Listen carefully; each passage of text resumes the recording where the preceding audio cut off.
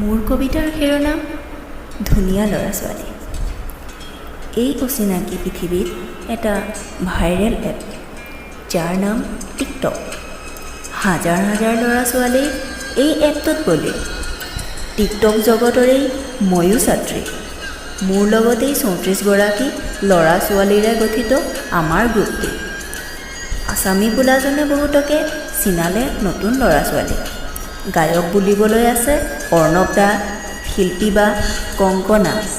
বাকীবোৰ হ'ল drama queen আৰু ড্ৰামা কিং। শিল্পী বা এলিজা বা শ্ৰীবাৰ কথাত হয় পেটৰ নাৰী ডাল ডাল। নিশা বা বৰ্ণালী, ৰাজশ্ৰীয়ে মাজতে আহি উচাত মাৰি উঠে। তাকে দেখি মনোৰঞ্জন, আসামী, অৰ্ণৱ দা আৰু প্ৰাণটোৱে দেহা কলিজা মাতে। আমাৰ গ্ৰুপত নহয় কি, নাই কি, আছে, সকলো আছে। সেনা বাহিনীৰ উৎপলদাও আছে। মাজে মাজে ভুমুকি মাৰে। আমাৰ উদীপ্ত দাক পাহৰিলোৱেই নহয়। আমাৰ গ্ৰুপৰ পাঠশালাৰ দ্বিতীয় হাঁহিৰামটো। অৱশ্যে গ্ৰুপৰ সকলো ল'ৰাই বেষ্ট হাঁহিৰামৰ শাৰীত ভাগ লৈছে। আকাংক্ষা, বাবলি, ঋতিষ্ণা, দেৱিকা, ময়ূৰ, সুস্মিতা এইসকল আকৌ নতুন মেম্বাৰ। দুজনমানক পিছে মই চিনিয়েই নাপাওঁ। গ্ৰুপত দেখুওৱা হয় নিজৰ নিজৰ সুপ্ত প্ৰতিভা।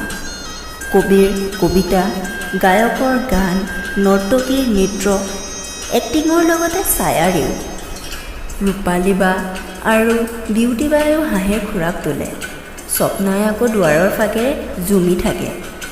ঋষি, ঋতুপৰ্ণ, পিংকী, কস্তুৰী এইকেইজনৰ লগত আকৌ কথাই নহয়। নৱজ্যোতিও আহে মাজে মাজে। পম্পী পিছে মোৰ লগৰে। ময়ূৰ একেবাৰে টিকলা। গ্ৰুপত ইলেকশ্যনো হয়, লগতে যুদ্ধও হয়। আমাৰ গ্ৰুপৰ প্ৰতিযোগিতা ঢেৰ। গধূলি পৰৰ পৰা ৰাতি ভাত খোৱালৈকে গানৰ প্ৰতিযোগিতা। পিছৰ পৰ্বত মাজনিশালৈকে হঁহাৰ প্ৰতিযোগিতা। শেষৰ পৰ্বত দুকমুকালিলৈকে টোপনি যোৱা ছাত্ৰ ছাত্ৰীক জগোৱাৰ প্ৰতিযোগিতা। এইটোৱে আমাৰ গ্ৰুপ, ধুনীয়া ল'ৰা ছোৱালী। আমাৰ গ্ৰুপটোৰ হেছটেগটো হৈছে অসমীয়া ডেকা গাভৰু।